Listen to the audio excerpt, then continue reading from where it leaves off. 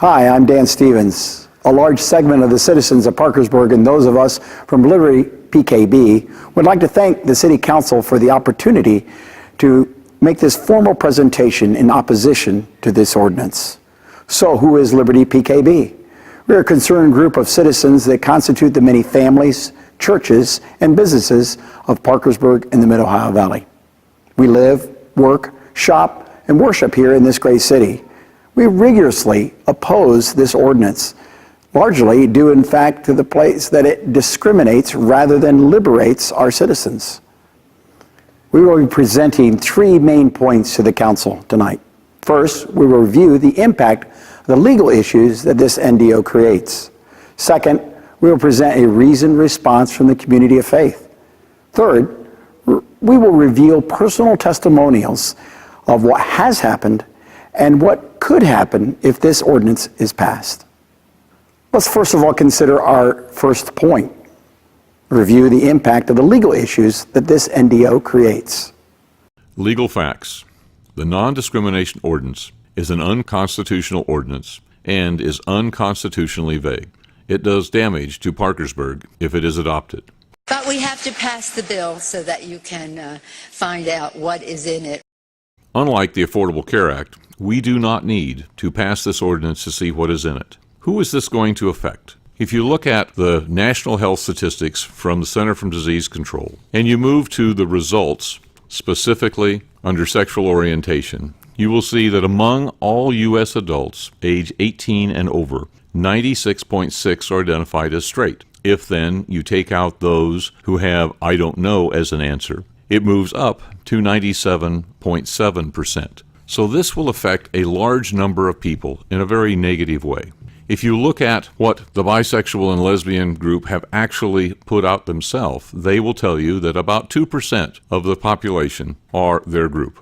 So now let's look at what this actually does. A well-respected Parkersburg law firm has already addressed the NDO, non-discrimination ordinance, and here we're going to give a summary of their written report with supporting documentation and examples. The first item that we want to address is sexual orientation and gender identity are unconstitutionally vague terms. First, these two terms have a complete lack of clear definition.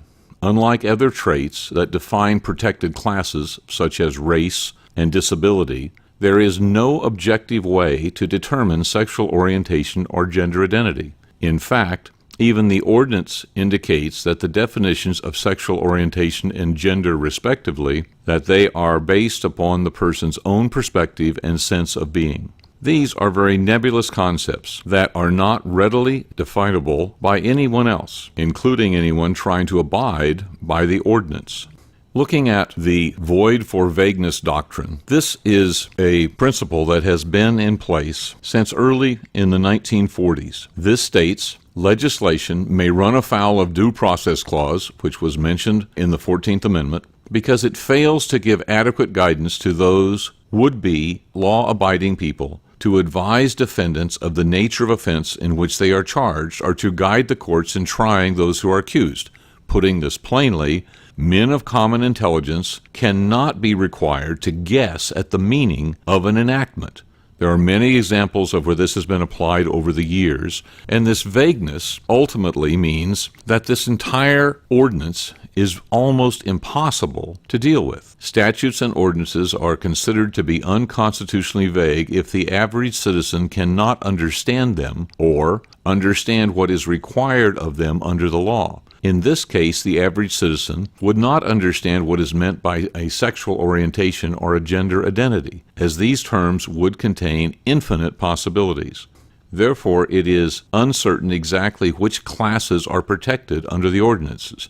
Vague laws deprive citizens of their rights without due process, which is unconstitutional. In the same light of vagueness, the race and veterans' involvement in this ordinances, of which they have neither anything to do with sexual orientation or gender identity, creates another form of vagueness. I moved here in 1993, my husband and I, from the Washington, D.C. area with our son at the time. He was in the 4th grade. And when we moved here, the sign that everyone is talking about, we're an all-inclusive community, That sign was not there when we moved here in 93. But this community, this area has been very welcoming to us. We have wonderful friends in this Parkersburg, Deanna area, and we have always felt included. And I just wanted to stand up. I didn't come prepared to speak, but I wanted you to know, as a Black person, I take offense to all of those who are talking about the civil rights movement, comparing the homosexuals and interracial marriages. I take offense with that because they are two different issues totally. And the media and everyone seems to want to compare those two things. They are totally different. And I just want to stand here and let you know that I take offense to that. I speak against this ordinance, and I just ask that you all would please table it or not pass it or whatever. But this community, to us, my husband and I, has been a very, very inclusive. We have been welcome here, and we have lots of freedoms. And I just want you to know that. Okay, thank you.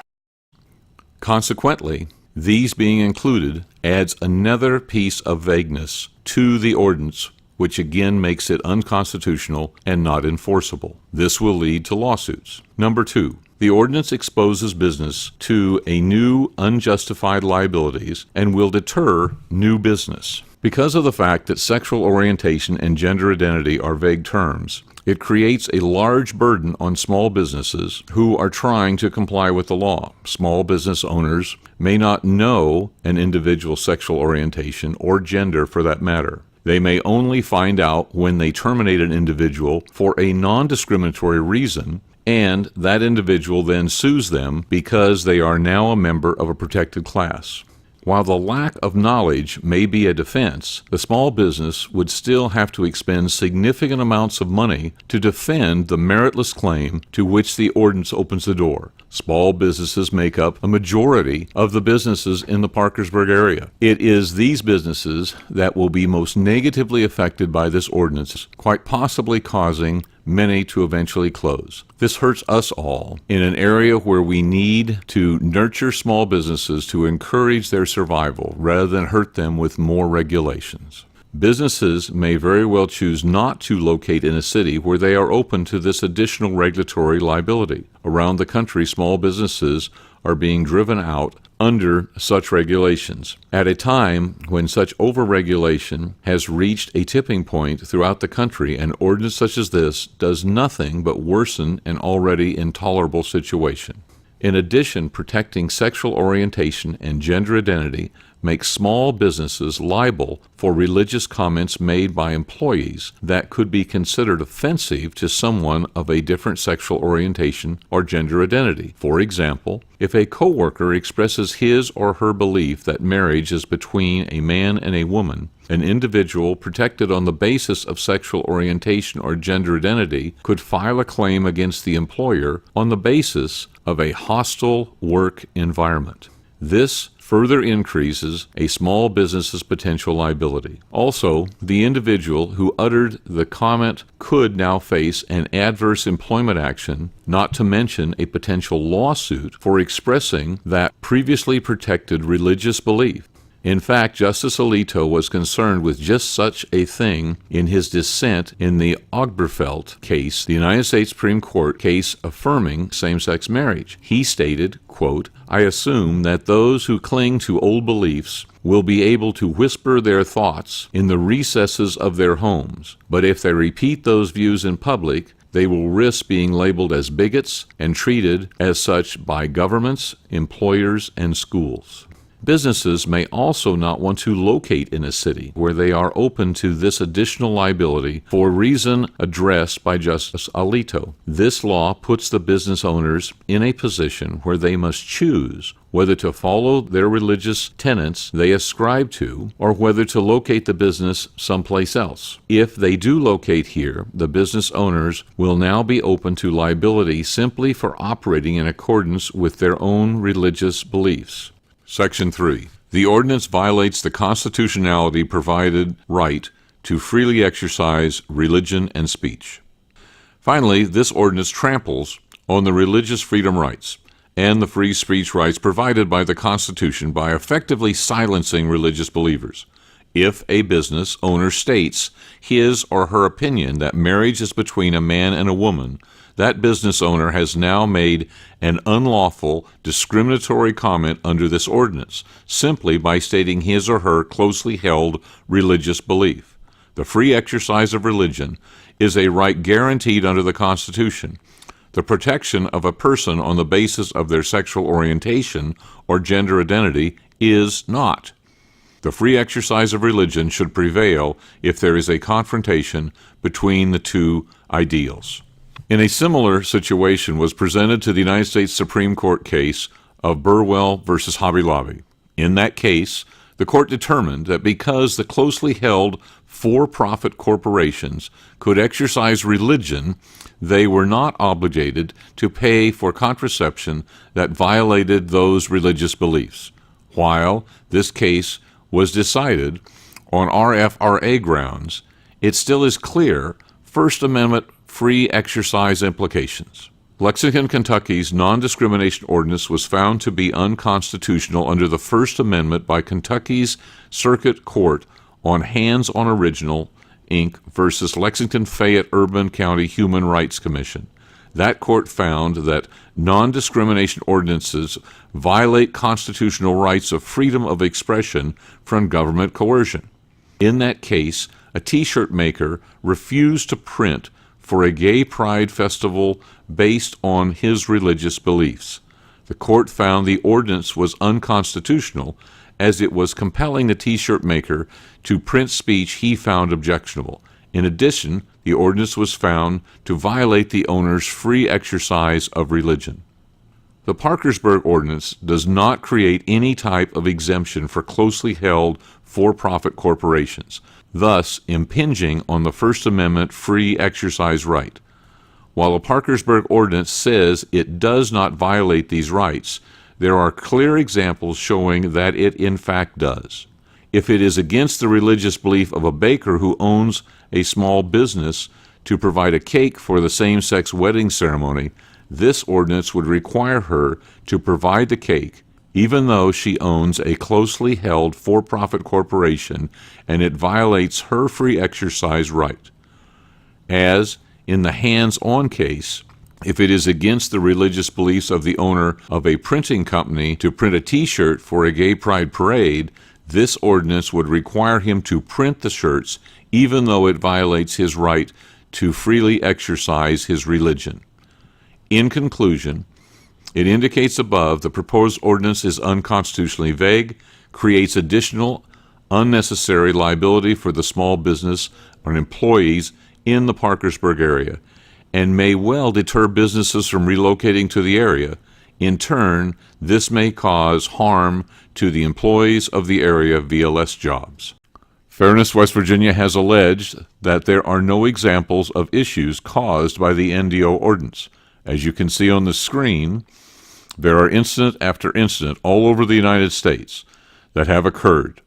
Documentation of these will be provided in the packet provided to the council and the mayor.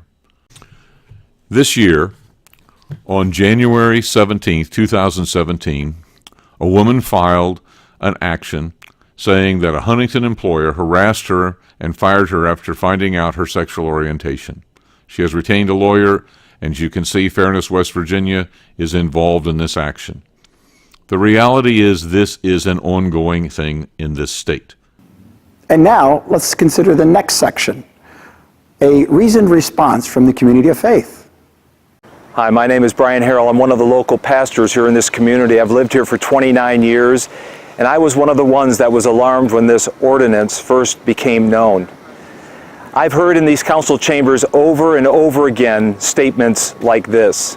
I would indeed feel more at ease with her in a bathroom full of trans folk than I would with one filled with either family or clergy. And not only that, but I've heard the statistics on suicide of young teenagers struggling with their sexuality and the insinuation that somehow it's the fault of the church because we don't have a welcoming community. And who hasn't read letters to the editor like this one, who associates anybody against the NDO with a hate group out of Charleston? Simply not true. I hear it over and over again. The church is just a bunch of homophobes, they're bigots, they're behind the times. And then we hear from Fairness West Virginia, who is anything but fair to us. And they try to marginalize the church like we're the problem in our community. Are we really that scary? Is it really more unsafe to go into a church than anywhere else in this community? I just wanted to take a moment and tell you what the church is doing in our community. First of all, in our community, you can get a hot meal any day of the week for anybody that needs one. And who's doing that? Not Fairness West Virginia. The church is doing that. And when people need clothing, where do they turn? To the church. When people have bills to pay, they're $30 away from a termination notice for their family. They are not calling the offices of Fairness West Virginia. They're calling the churches. And when travelers come through town and they find themselves stuck here, they are calling us because we have mercy. The church has mercy on these people. And who's sitting with the drug-ravaged families, holding their hands, exploring the options, helping them to find a way out? Who's recommending them for counseling? Who's doing the counseling? Well, that wouldn't be Fairness West Virginia. Those are the churches doing that. There's 2 shelters in this town. They are heavily supported by the church. When there's tragedy in this town, they turn to the church. Our schools have backpack programs for kids who don't have anything to eat on the weekends. And who's doing that program? Mainly the churches. There's food banks in our town. Where are they located?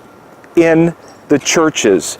The church is heavily involved. The biggest kids event in this city is done by churches, free of charge. Our churches are opening our doors to people like AA and Upward Sports and other groups because they have nowhere else to meet. They can't meet at a Fairness West Virginia office, so they use the church. And not only that, but Christmas is a joyous time for many, many families because the church makes sure that everybody has a Christmas. Where do young women turn in our city when they find themselves with unexpected pregnancies or need to get an STD test? Well, they go to the Women's Care Center. And who is the Women's Care Center being supported by so they can offer all of these free services? It would be the church. We used to have a hospital in this town called St. Joseph's. Who started that? The church did. And what about the daycares and the preschools and the schools that our churches are currently housing? Do you know that those churches had a vision to provide low-cost daycare and preschool to families that are struggling? And now Fairness West Virginia comes in and says, we want to tell you who you need to hire for those daycares. That's not fair. And not only that, but do you realize that one of the residual effects of these kind of ordinances is that the state of West Virginia gives vouchers to low-income families so that they can have daycare at a cheaper rate? But they can't go to the church and do that because the state says we discriminate in our hiring. Is that fair to these working mothers and fathers? We are producing people out of our churches, not bigots and homophobes. We are producing men and women, boys and girls of strong moral conviction who are learning to give and not take. The church has its hands dirty in every kind of serving in this town, and we do it without a test of somebody's sexuality. That is what the church does in this community. This ordinance is going to give churches and any kind of community organizations a great pause to reevaluate how they do their services. Because suddenly now there's new rules and maybe we're going to be sued if we don't follow the rules. I don't think that this community wants something like that to happen. I am frankly tired of being vilified in these kind of meetings as if we, the people of the church in this community, are holding back the progress, that we're the cause of the problem. We're not causing the problem. We're part of the answer. We're giving out so much of our services for free to anyone who needs them, any place that we find them. And I don't like being told here that we're doing it all wrong and that nothing was right until Fairness West Virginia showed up here. I don't think that the city of Parkersburg wants to lose the services of the church. What we do freely. We do it out of service. We never charge for it.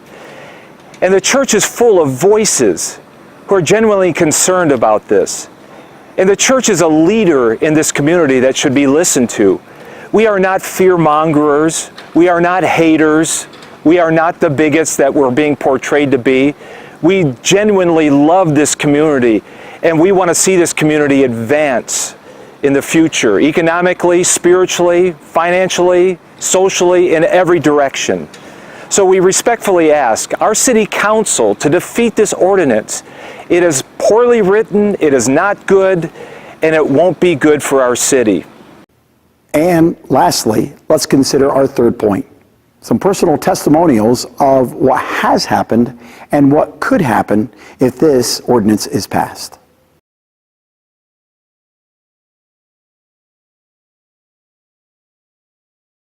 The property seen here was acquired by a church group that has been working for some time on a plan to build a multi-purpose facility with a small gym, a commercial kitchen, and classrooms that could be used as learning labs. The vision for this project was presented to the City Planning Commission some time ago after the church had acquired several properties and demolished the distressed structures to create green spaces in the neighborhood. It was approved in part because the city planners believed the inclusion of a place for children in the neighborhood to receive homework help and after-school services would be beneficial to the community. Since initial approval of the project, solicited bids from local builders have indicated a likely cost for the project in excess of $300,000. However, there are new concerns about whether or not the non-discrimination ordinance currently under consideration by council will scuttle the project due to increased exposure to lawsuits through the Public Accommodations Clause. The questions that remain unanswered about this ordinance include: if a church feels compelled to deny access to their facility to someone whose proposed event or project is clearly counter to the deeply held religious beliefs and teaching of the church, will the church be in violation of the non-discrimination ordinance? Is it discrimination for a church to exercise discretion with regards to approving events or activities that will occur on their property and could be viewed by some as representative of the church's policies, standards, and beliefs? For this reason, the project remains on hold until these concerns are adequately addressed.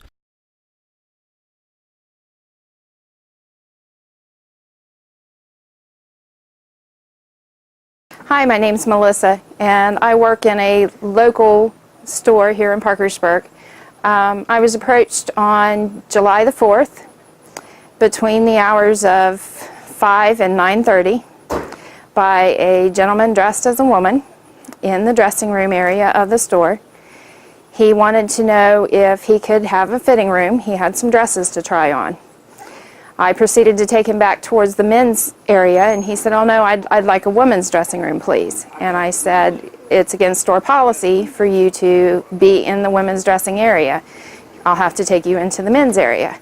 And he said, "No," he said, "you're mistaken." He said, "As of now, I'm allowed to go into the women's area." And I said, "No, not yet, you're not." And he said, "Well," he said, "I would still like to have a ladies' dressing room." And I said, "I don't have anything available right now." I said, "You'll have to take a men's dressing room." So I proceeded to take him back into the men's dressing room.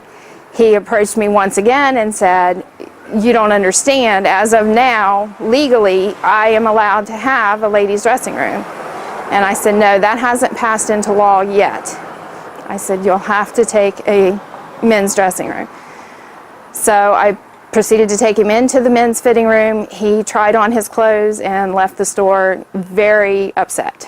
On behalf of myself, my children, my grandchildren, I would ask that the City Council please do not pass this ordinance. Thank you. We have articulated to you three main points. First, we review the impact of the legal issues that this NDO creates. Second, we have presented a reasoned response from the community of faith. Third, we reveal personal testimonials of what has happened and what could happen if this ordinance passes. Some sound advice comes from Supreme Court Justice Louis Brandeis, who once wisely stated, "Experience should teach us to be most on our guard to protect liberty when the government's purposes are beneficent. The greatest dangers to liberty lurk in insidious encroachment by men of zeal, and well-meaning. On behalf of 5,000 plus people who have signed petitions against this ordinance, and those who have not signed that but have expressed their desire for you not to pass this, I would respectfully request that you do not pass this ordinance. Thank you very much.